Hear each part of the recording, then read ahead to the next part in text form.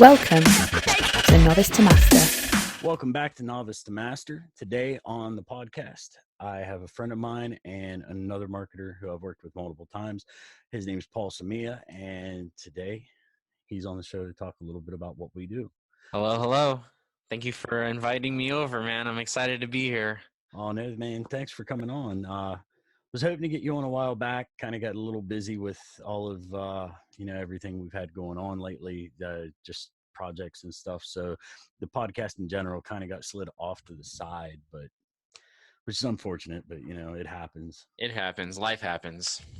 But anyway, so why don't you go ahead and share a little bit about what you do and the project you've got going on now? Oh, man. I do a lot. But when you talk about online, as you know, I do a lot. But when you talk about online, I'm mostly focused around the e-commerce world. I've always kind of been in sales and always been kind of like customer service person. So I'm like comfortable in that world is why I deal with e-commerce. Thankfully, I don't deal with a lot of customer service, but and then what I do is that I take all that experience because I see a lot of people out there struggling. I take all that experience I have in e-commerce with sales funnels, Shopify, and all the stuff that I know. Unfortunately, I'm not totally versed in Amazon, but it's fine. My wife is, though. All right. I started teaching people. I started showing people how to do what I do. I showed people how to start building businesses online, e-commerce wise. What most businesses online is e-commerce. But, I show them how to take what they love, like, for example, RC cars or, outdoors or whatever it may be. They take what they love and they start to sell it. They create their online store. They sell it. They create some kind of passive income from home in your PJs. And I wanted to make it super easy for them because I know where the struggles are and I know where they're going to get held up and I know what they need to succeed and I know what I need to do to make that happen. So I created my 21-day e-commerce challenge, which Greg is a part of. I don't know if he told you about that. Yep. No, I haven't been on in a while since I think the week after Funnel Hacking Live was the last episode I did just because that was when things started getting crazy for me. Yeah, after Funnel Hacker Live, stuff started getting crazy for me too. I had to put my brain back together for several weeks. It took me to, figure it all out. And actually what I came up was with the challenge because I left Funnel Hacker Live with I went there with the mentality of I need to make all this money. And I left there with the mentality with I need to help all these people. Like, how am I going to help all these people? Right. So That's why I created the 21-day challenge. I can help people at a fast rate. They'll understand. And it's just something that came to me once I put my brain back together, if that makes sense. Does that make sense to you? Oh, I got you. The part most people don't realize though, even like just the Funnel Hacking Live, it was 5 straight days of nothing but learning. And there was just so much information. They just kept cramming into your head. It did take some time to readjust when you got back. But even after I readjusted, I'd made so many network connections and so many prospects, and I was on calls like every day, 3 or 4 of them. It was nuts. But no, that was one of my favorite things about that whole event was not only the constant learning, which was like mind blowing. And I went through my notes the other day. I was like, oh my God, this is like mind blowing. And I have pictures and just like, it's just overwhelmed, right? It's like, where do I start even? I know what I want to do, but where do I start? Anyways, the best part for me was the networking, meeting people and seeing where they are in their journey and finding out, oh, I'm not the only one that started here and that's struggling there. And, I was like, all these people are they're like me, it was really, really nice to meet like-minded people like that. That for me was the best part. Yeah, it was definitely awesome. And it's just nuts to one of the things that affirmed for me was with all the people I talked to, you automatically just assume since everybody there is ClickFunnels related in some way that they all have the same, they're at the same place knowledge wise on the path. And it's just weird to realize how many different things I had learned from before, just as far as marketing is concerned, that other people had not. And it was like, wow, I really know way too much about this. Yeah. No, everyone has their own journey. Everyone has their own knowledge. And that's why it's beautiful to network, because I might know something that's going to help you. And I could tell you from experience, you definitely have stuff that's going to help me, right? When it comes to copywriting, especially. So that was my whole goal going in there, was to find 5 people, one to help me market, one to help me write copy, one to help me this, one to help me that, and throughout the whole process. I found 3 of the 5, which is okay. Right. That's not bad, man. 3 out of 5 is still not bad considering. I mean, there was like 4,000 people there. There was no way you were going to meet 4,000, everybody. dude, 4,000 people, and it's just everyone's talking and everyone wants to share so much, and it's just like it's just too crazy. It came to a point where I found 8 people that okay, I like these people, I'm just going to hang out with these people, and along the way I'm going to talk to this person, that person, and gather some info. It was awesome, awesomely overwhelming. I don't know if that makes sense. I just made that up. I got you. Yeah, it was kind of funny, man. Like, honestly, with as many people as were there and how many I knew just from the community who I never met who were there, it just made me realize one day, thinking about it, that every time we got a break for lunch or we got sent to do something, it was like turning the light on in a room full of cockroaches. It was like scattered and the room was empty. It was awesome. Yeah, it was pretty cool though, man. I really enjoyed it, but a lot of cool takeaways, a lot of cool people I met. Definitely. And the best part, there's another best part. One more. When you're struggling and you need answers online, going into the group or messaging somebody, it's not as effective as walking up to them face to face. I'm like, hey, I'm Paul. How you doing? Hey, we're in the same journey. Hey, how do I fix this? And they're like, oh, you just do that. You're like, oh, okay, thank you very much. Write it down, taking notes in your, I have half of this notepad full of notes. And then I have like 3 note things in my phone with filled with notes from 3 separate people. You know what I mean? No, I got you. Yeah, I actually I took a lot of audio notes there while we were there too. Smart. Yeah, it really worked out to be good because when Ryan Holiday was on, I turned on my phone to record, set it on my seat because I had to go to the bathroom, and I ended up, as soon as I got out of the bathroom, I ended up talking to somebody, and it was just nuts how quickly networking happened just by accident. Like everywhere you walked, you were talking to somebody else, and there was, it was just constant. It's no wonder though. Like, I know they said a lot of people were getting sick and that there was a cold or flu going around while we were down there. It's no wonder. I didn't hear about that. Yeah, it was funny, dude. I knew probably 4 people who got it. I mean, it wasn't funny. That makes sense because when I got home, I got sick. Maybe that was that. Yeah, they started calling it what was it, the funnel flu or the funnel virus. Yeah, it was just I don't know. I got lucky. I avoided it, but there was a lot of people who there was one I was supposed to have met up with and actually gotten to talk to and possibly interviewed for the podcast who went home sick. They actually left early because they were that bad. Oh, that sucks. Yeah, it was unfortunate, but no, it's still a good time. Definitely glad I went and love to go next year. So that's on my to-do list. Yeah, we'll see how that goes. But I definitely would love to go next year. All right, man. So now we talked a little bit about your challenge. Part of what we talked about was your approach to e-commerce and how you're, I mean, this is from outside of here, but how you've got your own approach that you came up with. You want to share with them a little bit of what it was that made you come up with that? Well, it's kind of like I was taught by some coaches and mentors later, right? But in the beginning of my journey, I was taught by YouTube. Right on. So a lot of my methods come from the best of that person, the best of this person, the best of that person, right? So it's kind of that's why I kind of call myself the funnel mad scientist, because the way I learned and the way I teach is kind of like a Frankenstein of all these gurus and the mentors and the coaches I had later to kind of stitch all those gurus together, if that makes sense. No, I got you, man. That's actually not a bad thing at all. The better parts and leaving out the worst.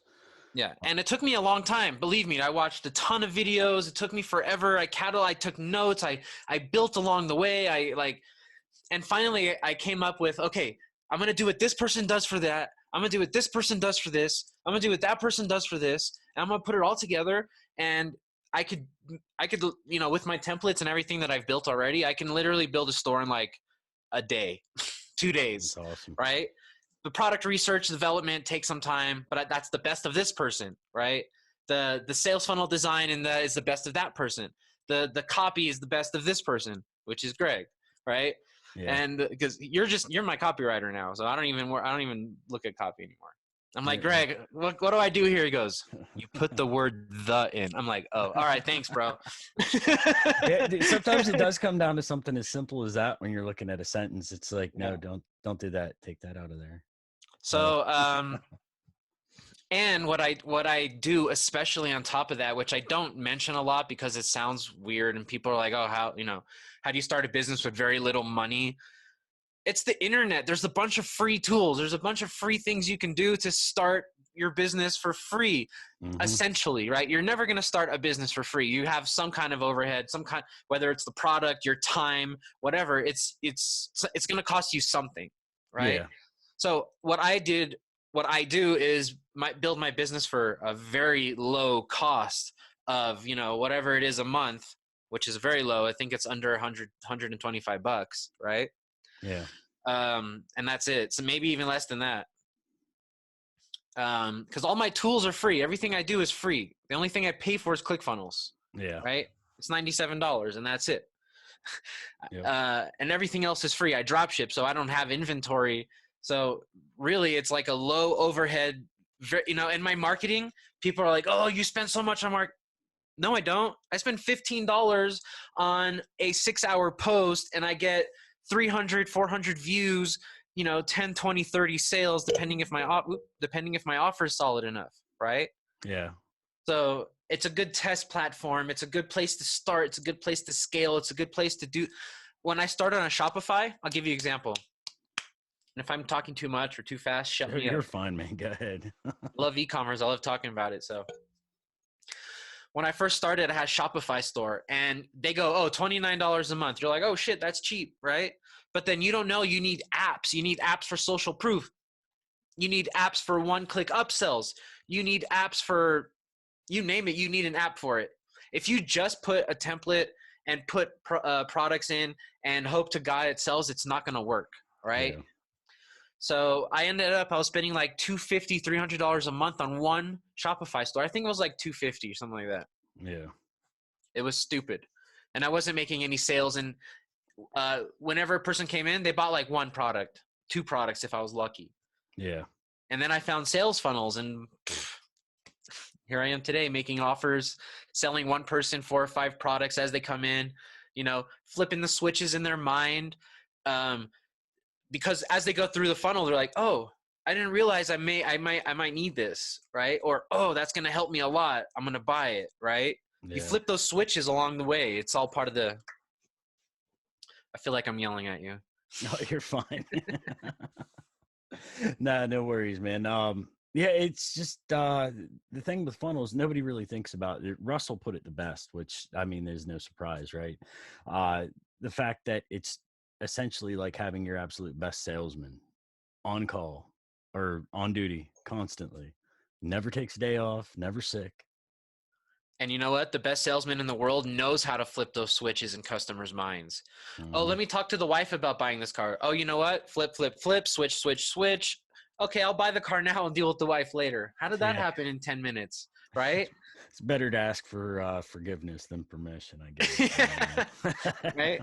Tell her to take the car around the block. She might like it. Yeah. Right on, man. Anyways. So, yeah. Now when you're doing this, we talked a little bit about like, your products and stuff. You gave a little bit of an example and you and I had talked before about it. What would you say is the main factor in what you choose? Like do you research it or is it something kind of like you see it places, to grab it, or like what is your what's your methodology? Well, I sell what I love, right? Because I know if I sell what I like, talking to customers is going to be easy. Writing copy is going to be easy, even though I let you do that for me, right? Um, Customer service, answering questions, joining the groups that I need to join to make my organic growth is going to be easy. So really, I stick to like what I love to sell. Like me, I like camping, I like hiking, I like RC stuff, I like, what were we talking about earlier? The ham radios. Yeah, CB radios, walkie-talkie, not the walkie, like police scanners, that kind of stuff, right? That's the stuff I'm interested in. That's the stuff. Why not sell the stuff I love, right? Right on. I have a baby and I'm buying baby toys and stuff all the time. So why not sell that stuff to, not that I love it. I love him, right? And he needs it. So I'm going to sell it to kind of get it for free in my mind. That's the only thing I'm selling that I don't love, right? Yeah, I got you. Oh, come on. Admit it. You're sitting on the couch playing with his rattle when you're bored. Watching the wheels on the bus. Yep. There's times where I catch myself like singing along to like some of his childhood songs. I don't know if you heard of. I'm not even gonna say.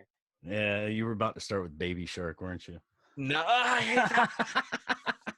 No, we don't let him listen to that. No. Oh man. I know you were there, or you're there. I know you have a young. Yeah, I got a 4-year-old. I've heard that. Right now, he's actually got this, and I keep trying to get him not to listen to it, but if you look on YouTube, there's a video. It's It Too, the musical, and that's what he's been listening to. Yeah, the movie It Too. They did a little cartoon musical version of it, and that's what he's been watching. And it's like, no, you don't need to watch that. And somehow, like 4 years old on YouTube, he can still find that video with very little effort. I just like YouTube's it's a scary place, man. It is. Well, we keep an eye on him. I mean, he doesn't just get free roam, but you'll walk into the room and it's like, what are you? No. Believe me, I don't know. My kid's only 2, and we only let him watch. I give him the phone for YouTube only when I'm changing his diaper, because otherwise he's like a wiggly worm and there's poop everywhere. And it's like, no, thank you. Oh man, yeah, they squirm a lot. Yeah, it's no good. So the only time I really go for a product that I don't love is something I'm definitely interested in it. I'm not going to sell like, I don't know. I was going to say lingerie, but I'm interested in that in other ways. Okay. I'm not going to sell something I hate, right? Yeah. Or I know nothing about. But there's times where I'm doing product research on our marketing research, and I'm looking at other people's ads and what they're spending on ads and who they're targeting and yada, yada, yada. I came across a product. I'm like, holy crap, this person's spending $50,000 a month, up to $50,000 roughly. It's estimated on this product. Like, wow, this product is, something is up with it.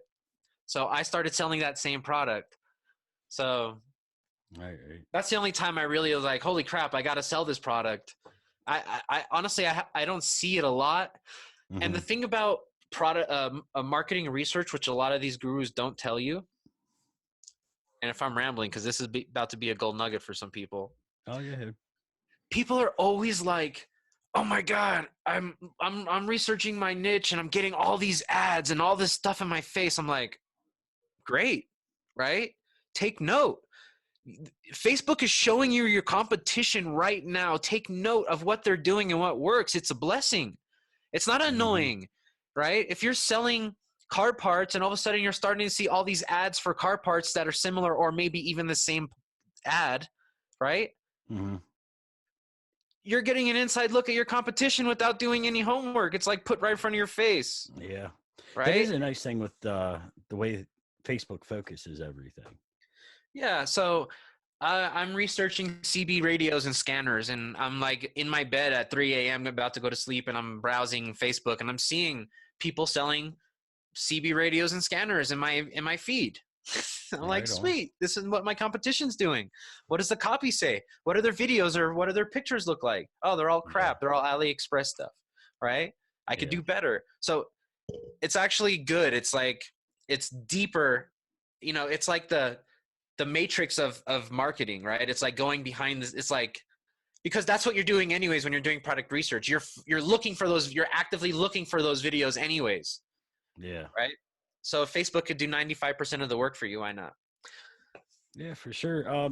Actually, there's something I got. I use it for research, especially when I'm doing copy. It's called Advert Suite. It's a website. You got to pay to get access to it, but it actually gives you access to every Facebook ad that's been posted. You can actually search them by niche, by like you can break it down to every level you want. It doesn't Active, matter. inactive.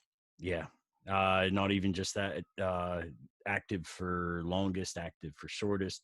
Um, like you can have, if it was target, you can break it down by how it was targeted, everything. And it will literally give you every piece of information about it because Facebook is so transparent now. Their How rules. much more powerful is it than Facebook Library? I don't know. I've never used Facebook Library. Or are you meaning just going on and actually looking at it on Facebook? No, because see that again, that's where I come with the free tools, right? Yeah. You're talking about paid tools, I'm talking about free tools. That's part of the model of the business of the 21-day challenge, or all of my business models. Until you start scaling, then you start spending money, of course. Yeah. Um, Facebook Library is literally Facebook's library of all the ads that's been run. It's active, inactive ads. You can just search, you know, camping, right, all over the United States. Make sure you do that, because if you just do United States, it threw me off first. If you just do United States, it just gives you a small portion. It's all political. I'm like, what the heck? And then I went worldwide, and then I started seeing all the ads. So I'm like, oh, sweet, there's everything. Okay. Right on. Little nugget there. Little saves you some time. Yeah, Facebook Library. It basically, it's the transparency of the Facebook ads that are being run and have been run. It's pretty cool. Check it out. It's free. Yeah, I'll check it Free out. tool.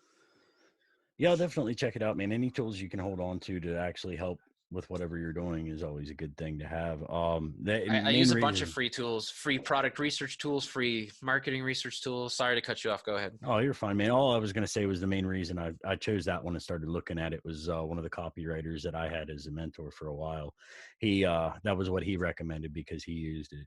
The thing is, if you get into paying for the premium version of it, which is a little more, it does the same for Instagram, YouTube, and I think Google's AdWords or whatever they call it now.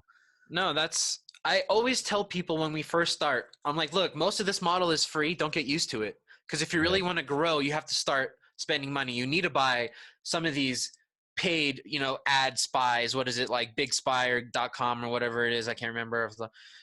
Product Genie or whatever all these other ones are. You should, you know, if you're making money, grow your business by having other people help you. And by doing that, you have to spend money.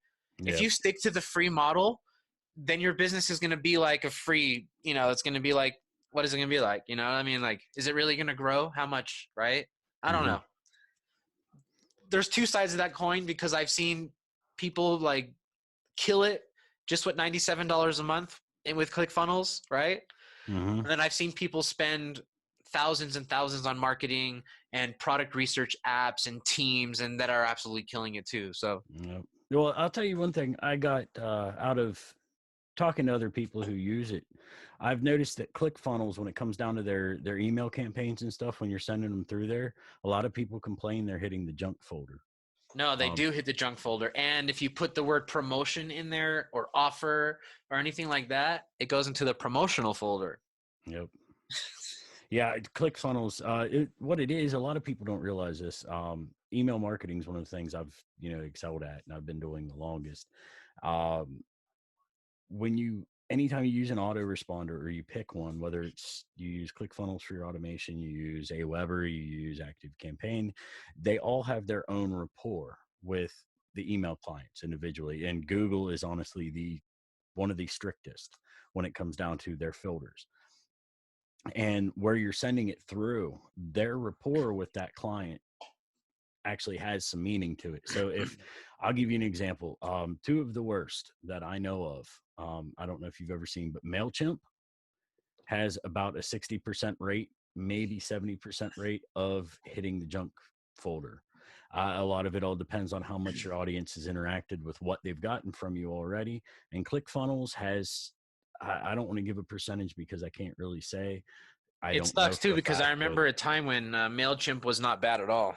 no. Well, you know what it is? They give that free trial at the beginning. You know how you get so many up to so many names, you get freebies, or Well, you you get it used as a to get preview. up to so many names and you get unlimited. Now you only get one audience. Oh, really? It's a pain Hmm. in the ass. I mean, I'm grandfathered in because I've been on MailChimp for years and years and years and Yeah. years. I have like 10, 12 lists, but my students are like, oh, I only get one list. I'm like, another email, another account right now. I don't know. Right. That's why we Yeah. kind of use ClickFunnels, but I agree with you. They do drop in the folders, but you have to, I tell them, make sure on the thank you page just to be safe for now until you're ready to pay for a service like AdWeber or whatever it's Hey, called. Weber. Yeah. Aweber, which I don't use, as you can see. Which is probably why no one's opening my emails that Greg wrote for me, and I feel bad because he wrote them for me and no one's opening them. Yeah, see, that's the thing with it though, is if they don't see the first email and they don't interact with it, they never get any further. I mean, I put on the thank you page, check your spam and promotional folders, blah blah blah. But it's like it's like a 30% at that point, Right. maybe See, less. that's why one of the things I've always done with emails, in the first email you give, whether it's with the freebie or it's just the, hey, welcome to the list, you always try to give some incentive or reason for them to go ahead and whitelist you. Because it doesn't matter who the mail sent through at that point. Once you're whitelisted, you're hitting their inbox. Um, I don't know. It's kind of give and take with it though. A lot of people don't want to take that action. Some people will. Um, Occasionally what I'll do, I'll actually invite replies, because if you get a reply, it actually puts you into their address book, which is real nice little. I think you did that for one of my emails. First one that I think it was your confirmation for the double opt-in. Also, what I have them do, and I believe we did this together too, I have them click on the link in the email, so they have to find the email and open it. That's how they get the downloadable, right?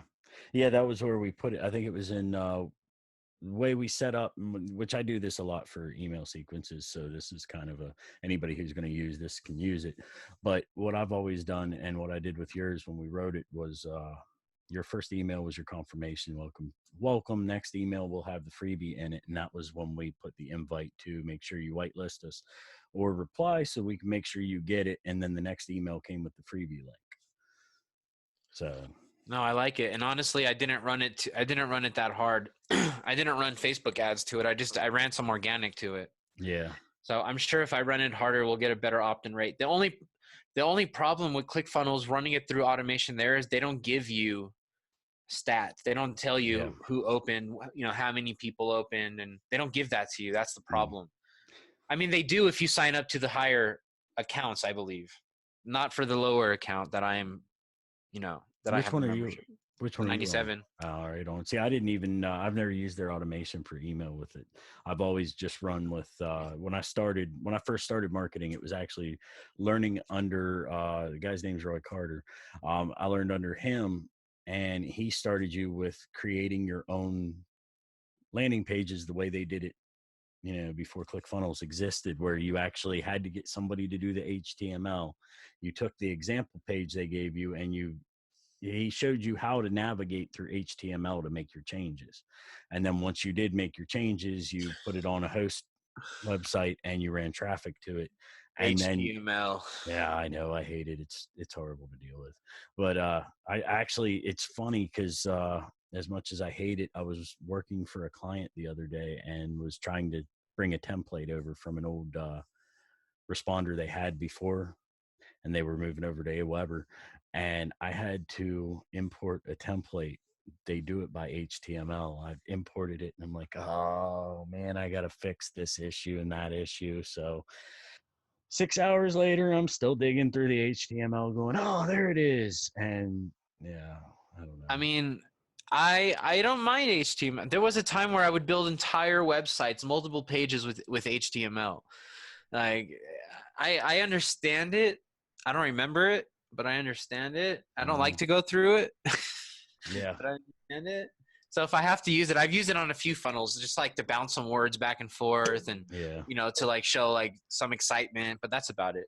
Yeah. But I'm blessed to have the knowledge at least, right? Yeah, see, that's same way with me. I actually went to a school where one of the things I took was computers and applications what was it, advanced computer applications, and that was one of the things we had to do. We had to learn a little bit of Java, a little bit of HTML, and some of Visual Basic, which was at the time Microsoft's drag and drop web page editor. And, Visual Basics. I made a calculator with Visual Basics. yeah. And Or front page, that was it. Visual Basic was the application creating. yeah, it was a program software creation, Yeah. coding. You know, I used to make stupid things with that, like AOL room busters and like calculators that like would scare you. You know, you would hit the number 5 or something, and it would pop up a big scary picture on your screen and like stupid things like that. But Yeah. I was like 14 and I was programming. You know, it was fun.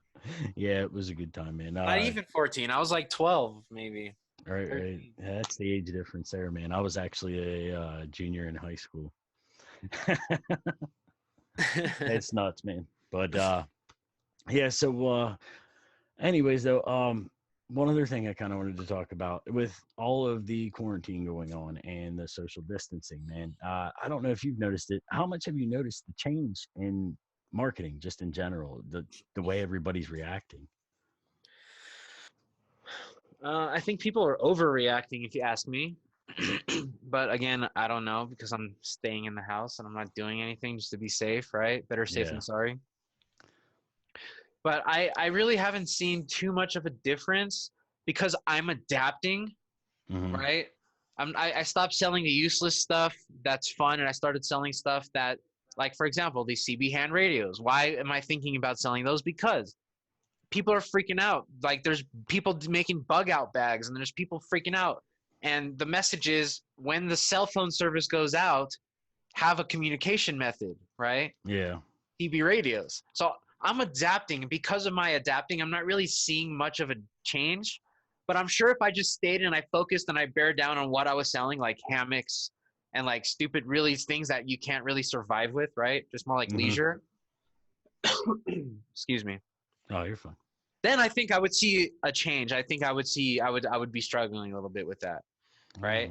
Yeah, the transition, because I have to build a new funnel and I have to, you know, go through all that stuff, and I got to get Greg to write my copy for, you know, you got to survive with this CB radio type of deal, right? And all this. Oh, I just thought of a good. Greg and I were talking about what we could do for an offer. I just thought of something good. There you go. So yeah, I'm adapting. I'm not really like, yeah, because I'm not selling the other stuff, nothing is happening now. I don't have any traffic. Yeah. So that's affecting me a little bit. But once I put this together and it's more of like geared towards survival and not like, you know, amateur radio for fun, you know, like a ham radio, you know, kit that, you know what I mean? Yeah. Novice. But more like, oh my God, you need this to survive. All communication's going to go out. Coronavirus, AT&T's closing their doors, whatever. Right. Yeah. They're going to buy it. So that's when I'm going to start to see the traffic again. So to answer your question, which I already did 5 times, I think, and I know I talk too much. No, I haven't seen that much of a difference because I'm adapting to the situation. Right on. Yeah, I know a lot of people are saying you're getting a lot of mixed results from between coaches, marketers, and businesses. A lot of people are cutting back their ad spending. A lot of people are stopping their advertising altogether. A lot of coaches are saying, no, that's stupid. Keep advertising. This is the best time to do it. And then you get the people who are saying pivot, and kind of like what you're doing, and they're working towards what does work. I mean, honestly, think about it. You're being told to stay home. You're staying home with the internet. What do you do when you're home with the internet and bored? You're probably buying things. My wife had a point. She goes, no one's working. No one's making money. Guess what? Everyone's talking about this $1,200 that's coming in. Guess what? The majority of the population already spent that $1,200. And guess where they spent it? Online. And if they're not spending it with you, they're spending it with someone else. All right? Exactly. Because they don't understand. They're getting free money. They're not entrepreneurs like us. When we get money, we invest it, right, into our businesses. They're like, oh, I'm getting $1,200. What can I buy right now, right? Yep. It's just funny that that's completely true. That's actually what most people are going to want to do with it. Personally, what mine is going to do, I'm going to pay rent and I'm going to dump the rest into advertising. There you go. That's exactly what I'm doing. Most of it's going to my rent, and then the $5 I have left, not rent, my mortgage, and Oh, then the yeah. $5 I have left over is going into my advertising. Hey, Actually, that's no, the way to do it. that's not enough for my mortgage. So actually, I'm gonna, at least it's something. But Right, right. Now, the point is, as long as you're using it some way that's good, responsibly and well. So that's what that's the matters, key. right? That's what separates the rich from the poor. Is here's a check for 1,200. Oh, I'm buying stocks or I'm buying Jordans. Right? What's Yeah. the, you know what I mean? Not Yep. necessarily stocks, but you know what I mean. No, I got you exactly what you mean. That was one of the projects I'm doing. That's actually where it's going to go. I'm going to start out with solo ads, and because I think, in all honesty, it's going to give me the widest reach with what I'm offering. And So, you and I have to talk about solo ads after this. right on. Yeah, of course, man. I honestly, through most of the people that know me, I've kind of become known as a solo ads expert. It's crazy. Solo ad and cold email reach. It's nuts. I'm doing something absolutely wrong when it comes to solo ads because I'm more of like the Facebook, Google, Instagram influencer type of marketing because it's like hard, fast and aggressive is how I like it, right? Mm-hmm. Less with Google and YouTube and Facebook, but with Instagram, it's like, Yeah. no, it's a good test, it's a good base, it's everything. It's a great place to start and very low cost. So no, I agree with you though. Yeah. I forgot where I was going with that.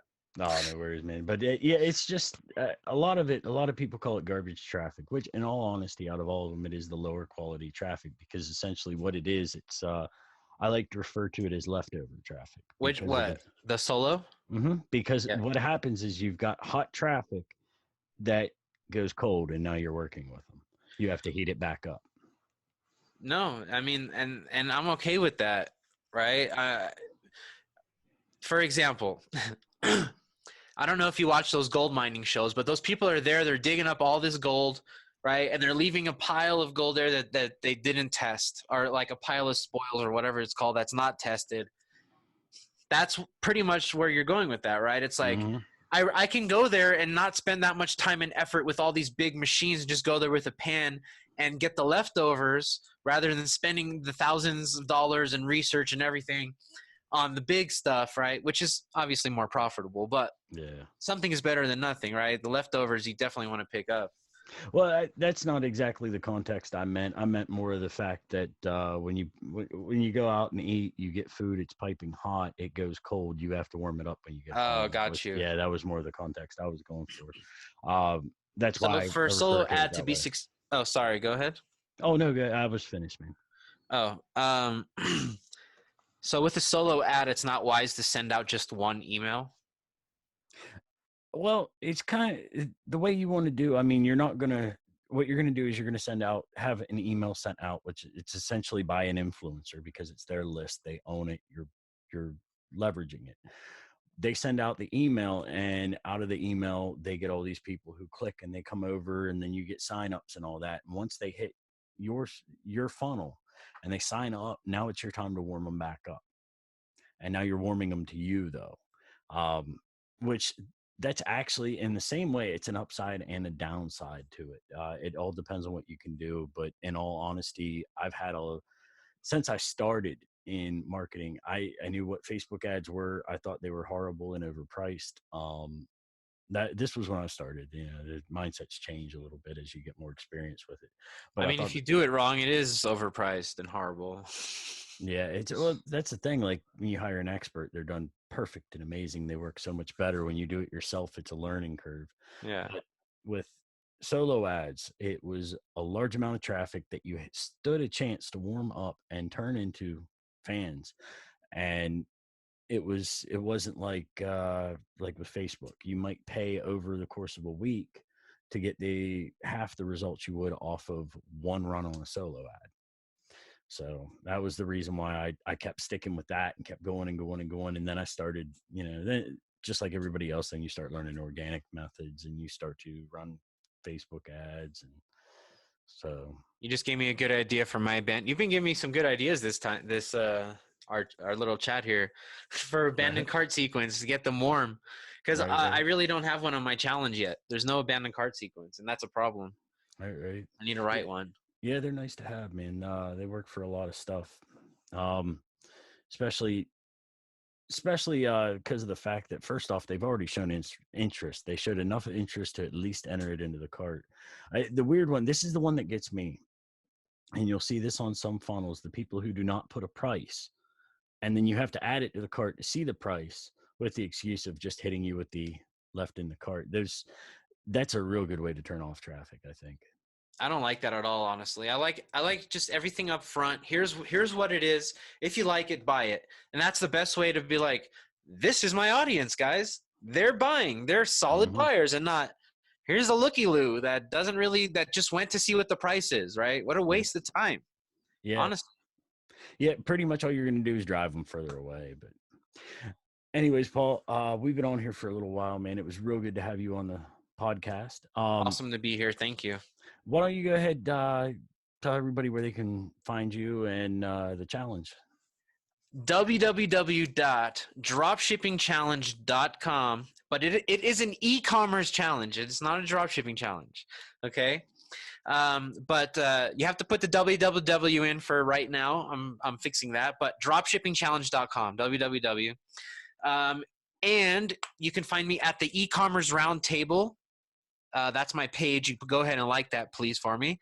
And if you want some free training on building a sales funnel, product research, and everything we kind of spoke about today, you can go to my private Facebook group, which is free. It's dropshipping at the Ecommerce Roundtable. And just go ahead and ask for entry, and I'll let you in, and you can go ahead and start learning. But taking the challenge would be the best bet, because I literally hold your hand and I walk you through the whole thing. And by the end of the 21 days, I'm going to be launching my funnel, and you'll be launching your funnel at the same time. And then we'll be comparing our data for the, so we can all grow together. And when you leave the challenge, you'll basically, my analogy for this challenge is, I'm teaching you how to fish so you can eat for life, right? You heard that saying. Yeah, anyways, I got you. That's it. Right on, man. Well, hey, again, thanks for taking the time to come on podcast, talk with me a little bit. Hopefully we provided a lot of value on this. I think we did. So I think so too. Info. So we'll talk to you soon. Thanks, guys. I really appreciate being here. Thanks, Greg.